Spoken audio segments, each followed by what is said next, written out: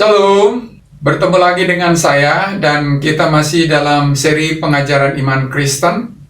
Kali ini kita akan membahas satu topik di bawah judul Yesus Kristus adalah Allah.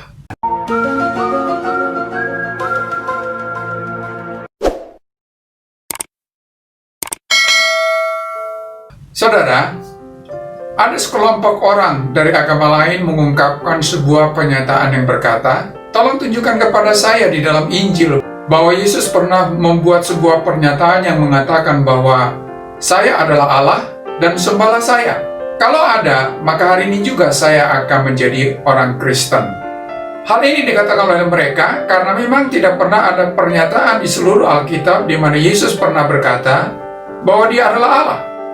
Tetapi apalah arti pernyataan kalau tidak dibuktikan oleh sebuah kenyataan? Tetapi sebuah kenyataan tidak perlu didukung oleh pernyataan. Pernyataan bahwa gula itu manis harus dibuktikan dalam sebuah kenyataan. Tetapi kenyataan gula yang rasanya manis tidak perlu dibuat ke dalam sebuah pernyataan. Sebab tanpa pernyataan pun gula itu tetap manis. Yesus Kristus adalah Allah karena memang kenyataannya demikian. Sekalipun Yesus tidak pernah membuat sebuah pernyataan tentang hal itu. Apakah kenyataan yang menunjukkan bahwa Yesus adalah Allah? Yang pertama adalah Yesus Kristus itu kekal adanya. Dalam Mika pasal 5 ayat 1 berkata, tetapi engkau hai Bethlehem Efrata, hai yang terkecil di antara kaum-kaum Yehuda, daripadamu akan bangkit bagiku seorang yang akan memerintah Israel, yang permulaannya sudah sejak purbakala, sejak dahulu kala. Saudara, ayat inilah yang dikutip oleh para imam, kepala, dan ahli Taurat ketika Raja Herodes menanyakan tentang keberadaan Yesus yang baru lahir itu. Ternyata keberadaan Yesus tidak dimulai di Bethlehem, tetapi sudah ada sejak purbakala, sejak dahulu kala. Hal ini membuktikan akan kekekalan Yesus yang baru lahir itu. Memang fisik Yesus Kristus dimulai di Bethlehem di saat dia lahir, tetapi keberadaannya sudah ada sejak dahulu kala, jauh sebelum kelahiran itu terjadi. Dan keberadaannya di masa lampau itu tidak bermula dan tidak akan pernah berujung di masa depan. Keberadaan yang tidak bermula dan tidak berujung inilah yang disebut sebagai yang kekal. Hal itu ditegaskan oleh Yohanes pasal 1 ayat 1 yang berkata, pada mulanya adalah firman. Firman itu bersama-sama dengan Allah, dan firman itu adalah Allah. Saudara, firman di sini menuju kepada Yesus. Dan firman itu sudah ada pada mulanya. Kata pada mulanya menuju kepada suatu masa di masa lampau yang tidak memiliki titik awal. Dan keberadaan firman atau Yesus itu tidak terhenti pada suatu titik. Ini merupakan eksistensi yang terus berlangsung. Jadi eksistensi firman atau Yesus itu bukan saja tak ada titik mulanya, tetapi juga tak ada titik akhirnya. Hal ini menunjukkan bahwa Yesus yang baru lahir itu sudah ada di kekekalan masa lampau, dan keberadaannya itu terus berlangsung sampai ke kekekalan masa yang akan datang, yang menunjukkan bahwa dia adalah pribadi yang kekal adanya. Saudara, demikian juga dalam Yohanes pasal 8 ayat 58 berkata, kata Yesus kepada mereka, aku berkata kepadamu, sesungguhnya sebelum Abraham jadi, aku telah ada. Saudara, kata aku telah ada dalam bahasa Alkitab memakai kata yang memiliki arti, akulah aku ada. Pemakaian kata ini untuk menyatakan bahwa Yesus selalu ada dan tidak pernah tidak ada, artinya kekal. Memang secara jasmani Yesus masih berusia kira-kira 30 tahun ketika dia mengungkapkan pernyataannya di atas. Tetapi keberadaan Yesus yang sesungguhnya sudah ada jauh sebelum Abraham ada ribuan tahun sebelumnya. Hal ini membuktikan bahwa keberadaan Yesus itu kekal adanya. Tidak dimulai ketika jasmaninya dilahirkan di Bethlehem, sebab keberadaannya tidak dimulai karena sifatnya kekal adanya. Kedua adalah Yesus Kristus itu Maha Kuasa. Dalam Matius pasal yang ke-9 ayat yang ke-6 berkata, tetapi supaya kamu tahu bahwa di dunia ini anak manusia berkuasa mengampuni dosa. Di sini Yesus memproklamirkan dirinya sebagai pribadi yang berkuasa mengampuni dosa.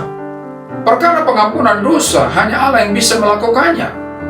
Jadi ketika Yesus mengatakan bahwa dia berkuasa untuk mengampuni dosa, hal itu untuk menyatakan bahwa dia adalah Allah. Sebab dia melakukan perbuatan yang hanya Allah bisa melakukannya. Dari sini kita bisa melihat bahwa Yesus Kristus adalah Allah, karena Dia telah melakukan sesuatu yang hanya Allah bisa melakukannya. Hal itu kita bisa umpamakan seperti seorang presiden. Salah satu tandanya seseorang yang menjabat sebagai presiden adalah ketika dia memberikan grasi atau pengampunan bagi orang yang telah dijatuhi hukuman oleh pengadilan. Dan kewenangan untuk memberikan grasi hanya presiden yang memilikinya. Jadi, kalau ada seseorang yang memberikan grasi, maka orang itu adalah presiden. Demikian juga dengan Yesus Kristus. Dia berkuasa untuk mengampuni dosa, di mana hak itu hanya Allah yang memilikinya. Maka kalau Yesus memiliki kuasa itu, hal itu menunjukkan bahwa Dia adalah Allah itu sendiri. Saudara, kemahakuasaan Yesus Kristus juga terlihat ketika Dia mendemonstrasikannya semasa pelayanannya di dunia ini. Ia berkuasa atas setan dan penyakit. Dalam Matius pasal 8 ayat yang ke-16 berkata, menjelang malam dibawalah kepada Yesus banyak orang yang kerasukan setan. Dan dengan sepatah kata Yesus mengusir roh-roh itu dan menyembuhkan orang-orang yang menderita sakit. Dia juga berkuasa atas alam semesta. Dalam Matius pasal 8 ayat 26 dan 27 berkata, Ia berkata kepada mereka, mengapa kamu takut? Kamu yang kurang percaya. Lalu bangunlah Yesus menghardik angin dan danau itu, maka danau itu menjadi teduh sekali. Dan heranlah orang-orang itu, katanya, orang apakah Dia ini? Sehingga angin dan danau pun taat kepadanya. Demikian juga Yesus berkuasa atas segala penguasa manapun. Dalam Efesus pasal 1 ayat 20-23 berkata, yang dikerjakannya di dalam Kristus dengan membangkitkan Dia dari antara orang mati dan menundukkan Dia di sebelah kanannya di sorga, jauh lebih tinggi dari segala pemerintah dan penguasa dan kekuasaan dan kerajaan dan tiap-tiap nama yang dapat disebut, bukan hanya di dunia ini saja, melainkan juga di dunia yang akan datang. Dan segala sesuatu telah diletakkannya di bawah kaki Kristus. Saudara, dari kenyataan di atas membuktikan bahwa Yesus Kristus adalah Allah, karena Dia adalah pribadi yang maha kuasa. Sebab hanya Allah yang memiliki keberadaan seperti itu, dan tidak ada pribadi yang lain yang maha kuasa selain daripada Allah. Yang ketiga adalah Yesus Kristus itu maha tahu. Dalam Yohanes pasal 2 ayat 24 dan 25 berkata, tetapi Yesus sendiri tidak mempercayakan dirinya kepada mereka, karena Ia mengenal mereka semua, dan karena tidak perlu seorang pun memberi kesaksian kepadanya tentang manusia, sebab Ia tahu apa yang ada di dalam hati manusia. Ada istilah mengatakan, dalamnya laut dapat diukur, tetapi dalamnya hati siapa yang tahu? Itulah sifat manusia, sangat terbatas. Tetapi Yesus mengetahui semua isi hati manusia. Tidak ada yang tersembunyi baginya. Bukan saja Kristus mengetahui segala manusia, tetapi apa yang ada di dalam manusia itu sendiri. Hal itu terlihat dalam Yohanes pasal yang ke-6 ayat yang ke-64 yang berkata, tetapi di antaramu ada yang tidak percaya, sebab Yesus tahu dari semula siapa yang tidak percaya dan siapa yang akan menyerahkan Dia. Yesus sudah mengetahui lebih dahulu siapa-siapa yang akan mengkhianatinya. Demikian juga Dia sudah tahu bagaimana cara matinya Petrus nanti. Dalam Yohanes pasal 27 ayat 17 berkata, dan hal ini dikatakannya untuk menyatakan bagaimana Petrus akan mati dan memuliakan Allah. Kenyataan ini membuktikan bahwa Yesus Kristus adalah Allah, karena Dia mengetahui segala sesuatu yang menunjukkan bahwa Dia maha tahu. Yang keempat adalah Yesus Kristus itu maha hadir. Dalam Matius pasal 28 ayat 20 berkata, aku menyertai kamu senantiasa sampai akhir zaman. Janji ini diberikan oleh Yesus Kristus di saat Dia masih bersama-sama dengan murid-muridnya. Dan janji itu bukan saja sampai murid-muridnya hidup, tetapi sampai selama-lamanya. Janji penyertaannya itu tidak mungkin dilaksanakan tanpa kehadirannya. Kehadiran Yesus di sini nyata dalam kehidupan para murid, dimanapun mereka berada nantinya. Dan dalam perjalanan hidup para murid selanjutnya, mereka berpencar ke berbagai tempat di seluruh dunia. Namun penyertaannya juga tetap nyata dalam hidup mereka. Hal itu hanya bisa apabila Yesus Kristus memiliki sifat maha hadir, yaitu ada di berbagai tempat yang berbeda dalam waktu yang sama. Jadi dimanapun para murid ada, maka kehadiran Yesus ada dalam hidup mereka di tempat yang berbeda itu dalam waktu yang sama. Hal itu dipertegas dalam Yohanes pasal 1 ayat yang ke-48 yang berkata, kata Natanael kepadanya, bagaimana engkau mengenal aku? Jawab Yesus kepadanya, sebelum Filipus memanggil engkau, aku telah melihat engkau di bawah pohon ara. Saudara, Yesus tidak pernah bertemu sebelumnya dengan Natanael secara fisik, tetapi Yesus melihat Natanael di bawah pohon ara itu.